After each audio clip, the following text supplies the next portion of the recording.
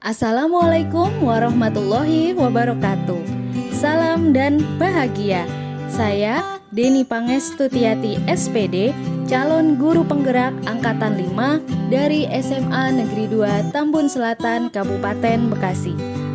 Pada kesempatan kali ini, saya akan memaparkan tugas modul 1.1 A8 terkait koneksi antar materi berupa kesimpulan dan refleksi dari filosofis pemikiran Ki Hajar Dewantara. Selamat menyaksikan. Pembelajaran kali ini memiliki tujuan khusus loh, yaitu peserta mampu membuat kesimpulan dan refleksi pengetahuan dan pengalaman baru yang dipelajari dari pemikiran Ki Hajar Dewantara. Terdapat 3 pertanyaan pemantik dalam membuat kesimpulan dan refleksi terhadap pemikiran-pemikiran Ki Hajar Dewantara. Pertanyaan yang pertama adalah, apa yang Anda percaya tentang murid dan pembelajaran di kelas sebelum Anda mempelajari modul 1.1? Selanjutnya, untuk pertanyaan yang kedua, apa yang berubah dari pemikiran atau perilaku Anda setelah mempelajari modul ini? Dan pertanyaan yang terakhir adalah, apa yang dapat segera Anda terapkan lebih baik agar kelas Anda mencerminkan pemikiran Ki Hajar Dewantara? Sebelum saya mempelajari modul 1.1 terkait pemikiran Ki Hajar Dewantara, saya percaya bahwa murid diibaratkan sebagai selembar kertas putih yang kosong, sehingga guru mempunyai kehendak atau kekuasaan untuk memberikan coretan atau tulisan yang berwarna pada diri mereka. Kemudian saya juga percaya bahwa murid harus patuh mengikuti apa yang didesain oleh guru terkait proses pembelajaran. Dalam hal ini, guru lebih mendominasi dibandingkan murid. Dan yang ketiga adalah guru lebih berfokus pada proses transfer ilmu saja. Poin keempat, guru melakukan pendidikan dan pengajaran dengan sistem yang homogen ke semua murid. Contohnya, dalam melakukan proses penilaian atau pemberian tugas yang sama kepada semua murid tanpa memperhatikan karakteristik, minat, bakat, dan potensi yang dimiliki murid. Selanjutnya, poin yang kelima, guru lebih mengutamakan pencapaian kognitif murid sesuai tuntutan pencapaian kompetensi. Dan yang terakhir, guru lebih fokus pada pengkondisian suasana belajar di kelas yang tenang, hening, dan tertib atau terkesan kaku.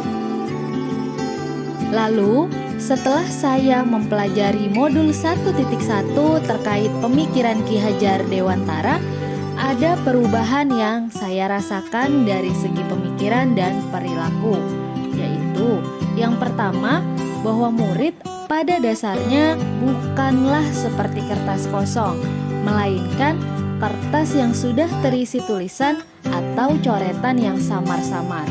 Tinggal bagaimana kita sebagai guru menebalkan garis tersebut menjadi lebih jelas dan indah sesuai dengan minat, bakat, dan potensi murid. Yang kedua, menerapkan student center. Guru sebagai fasilitator memberikan kebebasan kepada murid. Murid lebih mendominasi dalam proses pembelajaran dengan cara mereka sendiri ketika harus mengkonstruksi atau menemukan pengetahuannya. Poin yang ketiga, guru sebagai pamong selain menuntun murid juga harus memberi contoh atau teladan yang baik dan bermoral kepada murid demi tercapainya profil pelajar Pancasila yang berbudi pekerti. Poin yang keempat, saya akan menganalisis dan mengenal baik karakteristik murid saya. Semua anak itu unik dan memiliki bakat dan potensinya masing-masing, sehingga pembelajaran harus disesuaikan dengan kodrat alam dan kodrat zamannya. Poin yang kelima, saya akan berusaha menyeimbangkan aspek kognitif, psikomotorik, dan afektif dalam pembelajaran.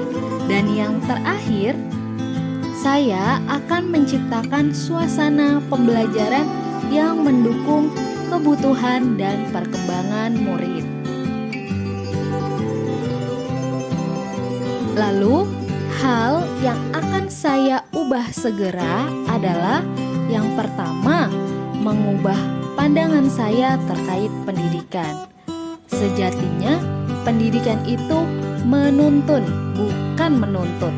Saya akan menuntun segala kodrat yang dimiliki murid dalam proses menebalkan garis-garis yang dimilikinya agar menjadi manusia yang selamat dan bahagia. Dengan cara menerapkan semboyan ing ngarso sung tulodo, ing madyo mangun karso, dan tuturi handayani. Poin kedua yang akan saya lakukan adalah mendesain pembelajaran yang berpihak pada murid dengan memberikan pelayanan yang terbaik layaknya anak kandung sendiri. Untuk poin yang ketiga, saya akan mewujudkan pembelajaran sesuai konteks sosial budaya di daerah saya dalam mencapai profil pelajar Pancasila. Dan yang terakhir adalah menjadikan sekolah sebagai tempat ternyaman setelah rumah, di mana murid akan mendapatkan pengalaman belajar yang menyenangkan sesuai kodratnya.